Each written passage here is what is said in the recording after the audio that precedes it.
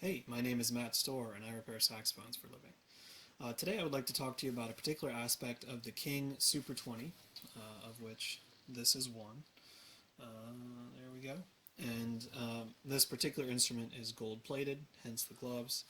And I'm actually going to do an overview on this when I'm done with it, because I need to do one, but this instrument in particular is quite special. That's who it used to belong to. This, I believe, was actually if not the first one he owned, then one of the first. So what I want to do is talk to you about the octave mechanism on the Super 20. And the reason I'm doing this separately than my overview video is this is enough of a topic in itself to warrant a bit of extra time, and also this will enable me to do a more close-up view with the mechanism exposed, which should make it a bit easier to understand because it's rather complex and unusual. So the octave mechanism, the way it works, is the G key holds this down here, and then that'll let the neck octave open. If the G is lifted off, then the body octave opens. And the way this energy is transferred is through this key here, up here to this rocker, this piece here.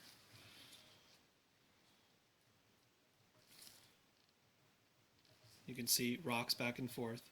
And the way that is attached is through a rod that has the head of the screw here, goes down to here, and then is held on with one of the lock nuts on the bottom. And this rocker interacts with these two octave keys by holding on, I keep poking myself on that spring, by holding it on these little bushings here that are attached to the key, and you can see on the end of those bushings, inside the jaws of that rocker, there is a screw head, right, that holds the bushing on both sides. Here's the other one. And then those two keys, you've got one here and then one here, are on a rod here. And there's a spring underneath the body octave key, which you can see right here, which enables this mechanism to work without the neck attached, unlike Selmer-style octave mechanisms, which require the neck to be attached to apply force here to open up the body octave. But since there's a spring on here, this will function without the neck. And the G key rests on this little stub here on the bottom of this key. Okay? So that's how that mechanism works. And the thing that's difficult with this mechanism is to get it to operate quietly, as you can hear here, and without any lost motion. So if I hold this tight, right, and you can try this on your instrument, just hold this piece here, hold this piece here, and press this key. I'm getting a slight bit of bending, which is to be expected because this is made of brass, but there's no clicking, there's no clacking, it's really not moving. And when I actuate the mechanism, there's no noise, there's no delay. All of my energy that I apply at the octave key is transferred into useful motion of the key itself. And that's exactly what you want in an octave mechanism. You do not want any lost motion, any movement, any slop. And it is entirely possible on these mechanisms to have so much slop that you need to have much more movement down here than you see. See how you really don't need a whole lot of movement on this key? If there's a whole lot of slop in this mechanism, you'll be losing motion the farther up you go, and you may need to, or not you, hopefully, because you're not going to do this, but you may see on your instrument that you have an octave key that has to move an awful lot to translate into a little bit of motion up here. And that's because you've got key play or this is not set up correctly. Now, as far as how this gets set up correctly, the first thing you have to do on this, no exceptions, is this has to be completely free of mechanical play, right? So, can't move that, can't move that, I can't move this. This little rocker arm has to be absolutely tight, and the way you do that is a little bit unusual. So this key here is held on with pivot screws, and you fit that as you would normally with pivot screws. This is held on with a hinge tube, which you fit that as you normally would with hinge tubes.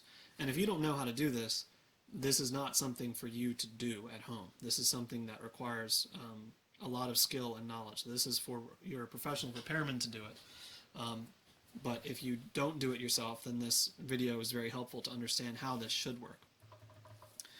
So you would fit these keys as you would normally with a hinge tube.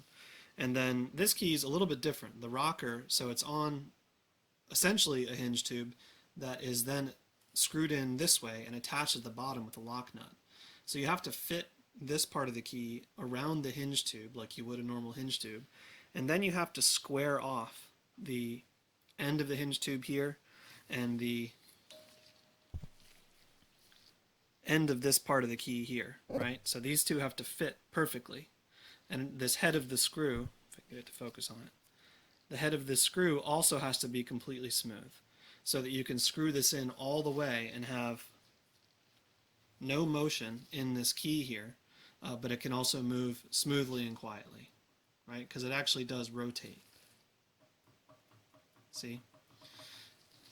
The third thing you have to do is that this lock nut has to be perfect, and it has to be extremely tight. If that lock nut is not tight, then the whole screw will rock back and forth in this tiny little amount of threaded portion here.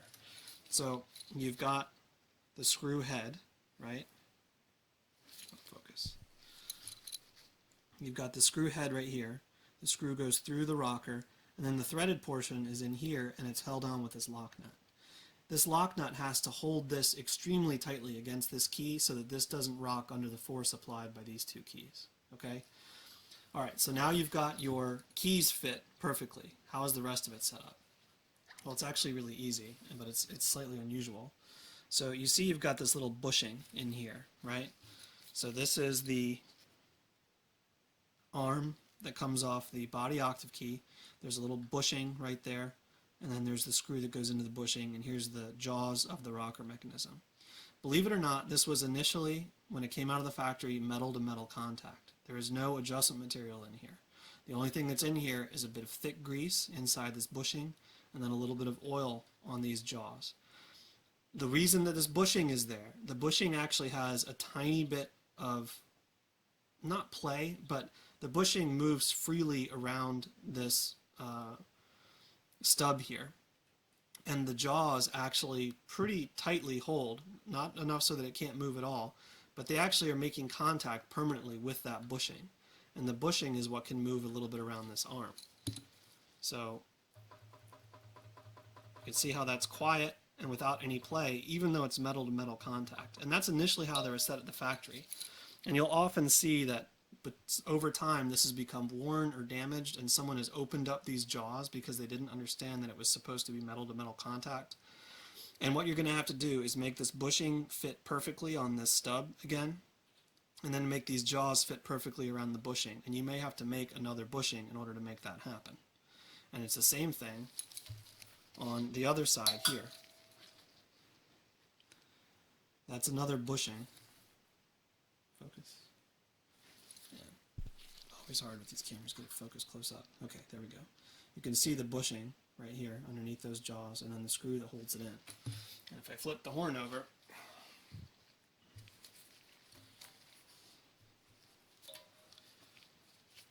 you can see the bushing inside that jaw there. And you can see when I hold down the body octave mechanism, you can see that moving the neck octave key. And you can hear it's absolutely silent, there's no lost motion, and that's metal to metal contact. So that bushing has to be fit perfectly, and those jaws have to be fit perfectly in order for that to work. But that's actually how it's supposed to work from the factory. The other adjustment materials you need is a little bit on the bottom of the octave key itself. You'll need obviously your pad for your octave key. I like to put a tiny bit of clear tubing. I use polyethylene shrink tubing on this arm here. That's where the foot of the G sits. And I think that having a little bit of tubing there makes things slide a little easier and makes it a little quieter when the G is attached. You will also need to have some adjustment material on the bottom of your neck octave key. It's hard to do this one-handed. There we go. Oops. There we go. Okay, so you need to have a little bit of adjustment material on the bottom here, and then you need to have tubing here. So that is how the King Super 20 octave mechanism can be set up in order to function quietly and properly. I think the number one thing that people don't fully understand usually is that this is actually metal-to-metal contact on these rocker bushings here, and how important it is to have this rocker fit well. And even on horns that are still playing on their original pads out of the factory in extremely good condition, usually this mechanism is full of slop. And since it's unusual, sometimes it's not something that's quite easy to get fixed quickly if you're not really familiar with exactly what's going on. So hopefully this will help somebody who's got one of these in the shop and needs an example of how these things can look. And you know, obviously there's more than one way to make all these things work, but this is at least one example of how it can work well. So my name is Matt Stohrer. I repair saxophones for a living. Hopefully you found this helpful, useful, informative. If you've got any questions, comments, concerns, please feel free to get in touch. And like I said, I will have a video of the Super 20 for an overview coming up very soon. It's just so cool that that's the horn that I've got sitting here.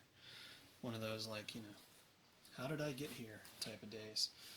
I've been working on this all month. It's been kind of a big project, but I am very excited to get it done.